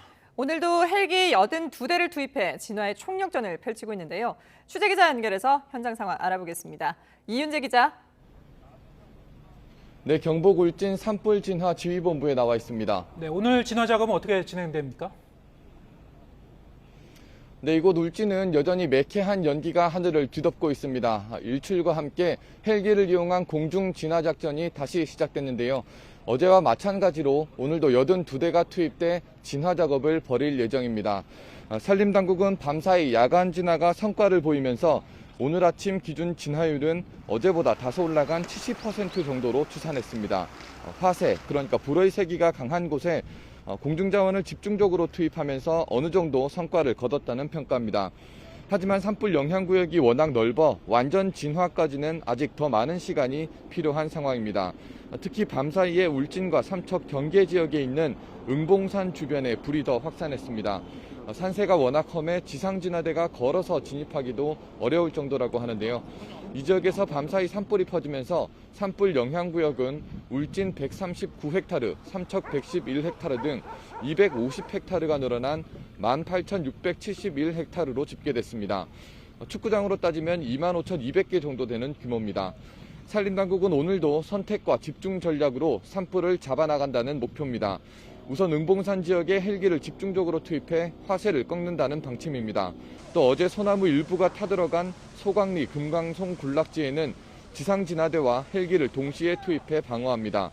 이외에 다른 지역은 지상진화대를 중심으로 불을 끄고 또 잔불 정리도 동시에 진행할 계획입니다. 이런 가운데 여전히 420여 명은 대피소에서 피난 생활을 이어가고 있는데요. 선관위는 이재민이 생활하고 있는 울진 국민체육센터에서 거주지 투표소까지 버스로 운행해 참정권을 행사할 수 있도록 돕고 있습니다. 한편 지난 5일 방화로 시작된 강원 강릉 지역 산불은 산림 4,000헥타르를 태우고 어제 저녁 7시쯤 완진됐습니다. 지금까지 경북 울진 산불 진화 지휘본부에서 YTN 이윤재입니다. 젤렌스키 우크라이나 대통령이 영국 하원에서 외국 정상으로는 처음으로 화상 연설을 했습니다. 젤렌스키 대통령은 2차 대전 당시 처칠 총리의 명연설을 인용하면서 결사항전의 의지를 거듭 확인했습니다. 이상순 기자입니다. 블로디미르 젤렌스키 우크라이나 대통령이 영국 하원 의장의 소개에 이어 기립박수를 받습니다. 화상이지만 외국 정상으로는 최초의 영국 하원 연설입니다. Чи не бути? Ви добре знаєте, це шекспірівське питання. 13 днів тому це питання ще могло прозвучати про Україну. Але зараз 젤렌스키 대통령은 이어 2차 대전 당시 처칠 총리의 명연설을 인용했습니다. 결사항전의 의지입니다. бути вільними. І де, як не тут, нагадати вам слова, які Великобританія вже чула і які знову актуальні. 미국 국가정보국은 바로 이 점 때문에 러시아의 우크라이나 침공이 혼란에 빠졌다고 분석했습니다. 우크라이나를 과소평가했다는 겁니다. Russia's failure to rapidly seize Kyiv and overwhelm Ukrainian forces has deprived Moscow of the quick military victory that it probably had originally expected would prevent the United States and NATO from being able to provide meaningful military aid to Ukraine. 미국은 지금까지 러시아군 전사자가 2,000에서 4,000명에 이를 것으로 추측했습니다. 우크라이나 침공이 장기화하면서 세계 최강이라던 러시아군에 대한 재평가도 이뤄질 전망입니다. 러시아군의 명령 체계가 제대로 기능하지 못하고 있고 징집된 어린 병사들이 경험이 없는 점도 지적됐습니다. YTN 이상순입니다. 영국 런던 금속거래소가 현지 시각 8일 사상 최고가를 경신한 니켈 거래를 중단했습니다. 런던 금속거래소는 이날 낸 성명에서 밤새 전례를 찾아볼 수 없는 니켈 가격 상승에 따라 최소한 남은 오늘 하루 동안 니켈 거래를 중단한다고 밝혔습니다. 이어 며칠간 거래 중단을 더 검토하고 있다면서 니켈 시장이 다시 열릴 수 있도록 적극적으로 계획하고 가능한 빨리 메커니즘을 발표하겠다고 덧붙였습니다. 전날 니켈 가격은 장중한 때 111% 급등해 역대 최고가인 1톤당 10만 1,365달러까지 치솟았습니다. 네, 이제 대한민국의 미래 5년을 이끌어갈 지도자가 내일 새벽이면 최종 결정됩니다. 아직까지 마음 정하지 못하신 분이 있다면 남은 시간 동안 꼭 후회 없는 선택하시기 바랍니다. 네, YTN 특별방송 민심 2022는 잠시 뒤에 계속됩니다. 함께해 주신 여러분 고맙습니다.